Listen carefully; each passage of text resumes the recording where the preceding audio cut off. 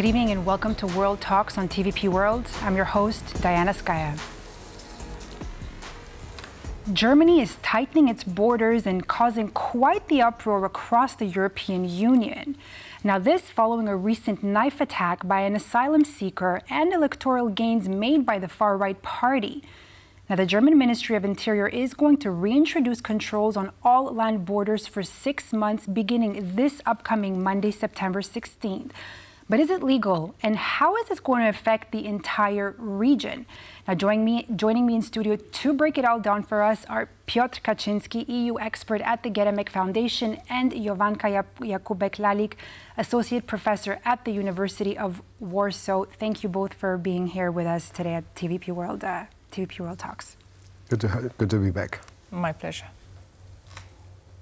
So let's start with the most, this crucial question of Germany really reintroducing these border checks with Poland, which are slated to remain in force at least until December. And they're saying that it's to curb illegal migration. But how is this actually aligning with the principles of the Schengen?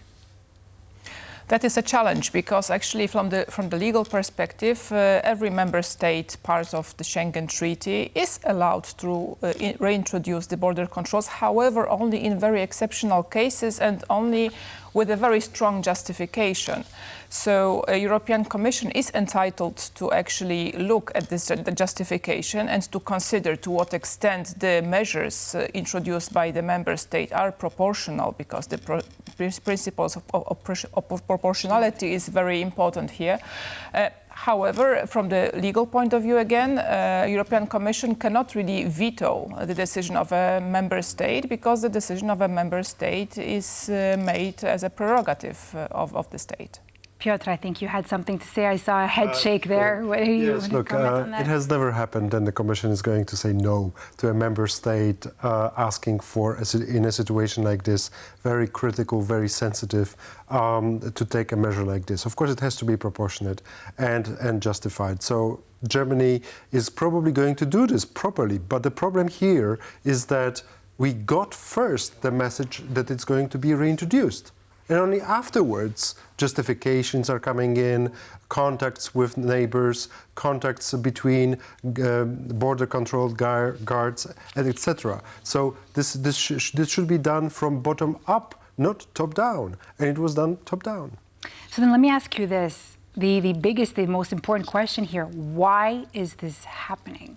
So both of you as experts, why is it happening? Well, first reason is the recent elections which were happening in Germany and the very good result of the Alternative für Deutschland, so the far-right party who was actually campaigning on the issues of migration, and also the, let's say, unsuccessful measures of the German government to deport the illegal immigrants who are coming to Germany. However, again, it is very important to be aware of the fact that these people who were supposed to be deported, they were not deported because of the failure of the internal procedures within Germany. And those were not the people who were coming from other member states and recently trying to stay in Germany. It was previously happening. So again, this issue, this measure is not really addressing the problem. It is only trying to downplay the internal problems of the German government. Okay, but what can you tell me about, the German government is of course saying that a big part of it is the Islamic extremism that's going on, right? The terror attacks also that take place, particularly the latest, the knife attack that happened, right? A way to secure their borders, if they must say. Look, the problem of migration is a big question here, and there was an incident, terrible incident in August, which provoked this measure to be taken by the government. But the real issue here is elections. So it's not so crystal clear that there was an attack in August, so AfD won. No. AfD has won in Thuringia and Saxony because of many issues out there, and migration is one of the reasons. But the incident is just one incident out there. So what has to happen, there need to be a change of some kind of policy when we talk about what's going on inside Germany. And this is for the German government to discuss this within its ranks, within opposition, ahead of elections next year. But crucially, right now, there is this super important elections, local elections in Brandenburg, where Social Democrats of Chancellor Scholz have been ruling for the last term, and actually multiple terms, and now they are also witnessing that they can lose the power. AfD is ahead of SPD in Brandenburg, and this is what's going to happen. So 22nd of September, important date for Olaf Scholz, and maybe some temperatures is going to be a bit going down after 22nd September, also in Berlin, because we have this fight in the EU because the communication was not there. But also the real challenge is actually to protect the external borders of the European Union, not the internal borders between the member states. So the actions of German government is not really addressing the core of the problem. So here again, the Polish government is advocating for securing the external borders and also is seeking the assistance of German government in advocating the policies on the EU level.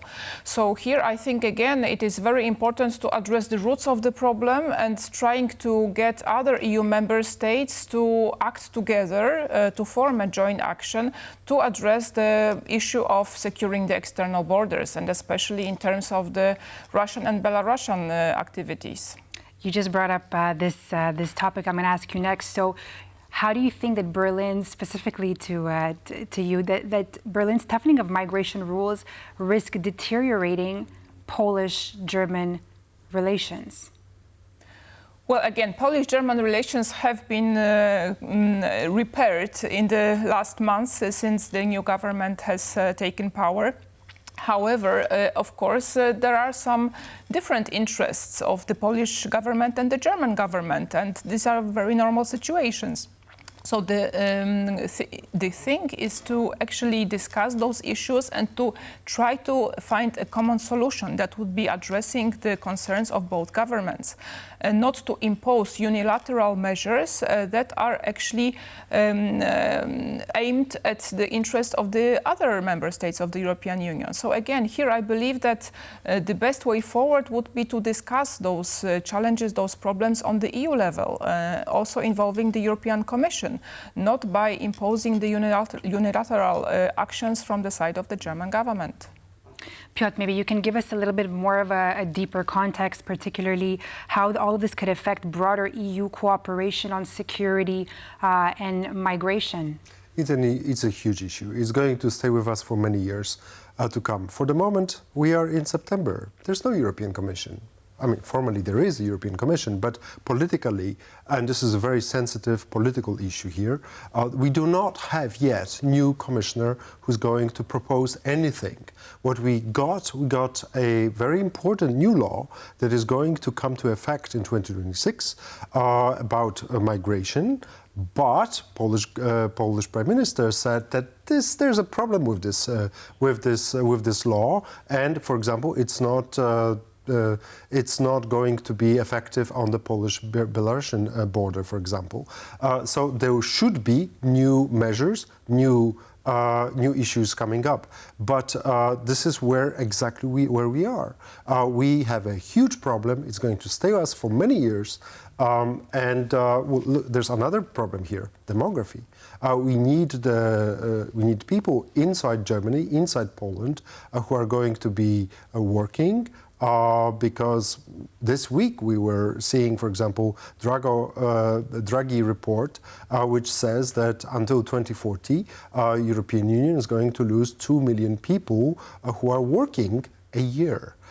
So every year we are losing 2 million workers. So we need new people who can work in the European economy, and that is also for Germany. So there are bigger issues here at stake. And if we just go back to Poland, of course, being, I mean, you brought up the migration, of course, the issue with Belarus as well. Now, especially increasing migration crisis on that border with Belarus, can you explain Poland's specific proposals, or any view on how they might impact also further relations with the EU? I mean, Poland, Germany is one thing, but I mean, Poland is also, like you mentioned, having this issue with Belarus, and we don't know, is it also going to last this long? If Poland was to propose anything, the Polish most important issue is the external border. This is what the professor was saying before, and this is the big issue for Tusk and for the Polish government. External borders. Point number one. Second issue, Tusk here is basically protecting European laws. The Greek Prime Minister is also asking for respecting European laws, respect Schengen and Schengen rules. So taking a step back, Scholz is going to respect that. But the first instinct was quite nationalistic. And Mr. Viktor Orban was saying, oh, welcome to the club. So exactly, this is what's going on. If you have politicians who are nationalistic politicians, the replies to the migration questions cannot be nationalistic. They have to be European, and this is where if you have, for example, there are also elections in Austria, by the way. If you have nationalistic governments out there who are saying, oh, and this is what's coming from The Hague this week as well. If Germany is closing borders, maybe we can close our borders as well, just like that, because we can. And that's the problem. So the bottom line here is that invoking this kind of border controls could actually be contradictory to the European principles, to the principles that especially the Schengen Treaty has brought up to the European integration. So here Germany is not kind of acting in a way that would secure those principles, but only acting in a way to protect their own interest and trying to gain in internal policies. So, of course, from the political perspective, it's perfectly understandable. However, there are much bigger stakes here. Again, a very important aspect is to really coordinate the activities and also to communicate between the countries to find the proper solution to the problem.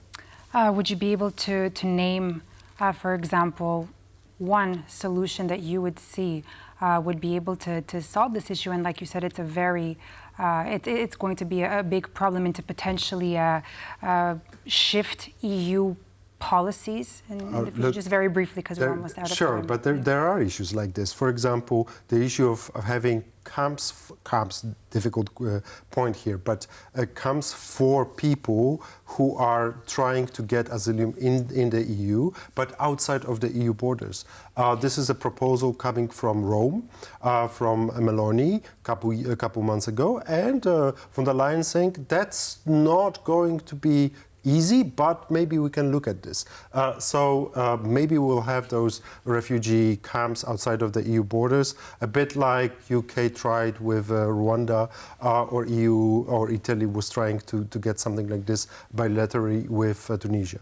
Also to change the focus from the internal borders to the external borders. The external borders of the EU need to be protected by all the member states. It has to be a joint effort, otherwise we will fail.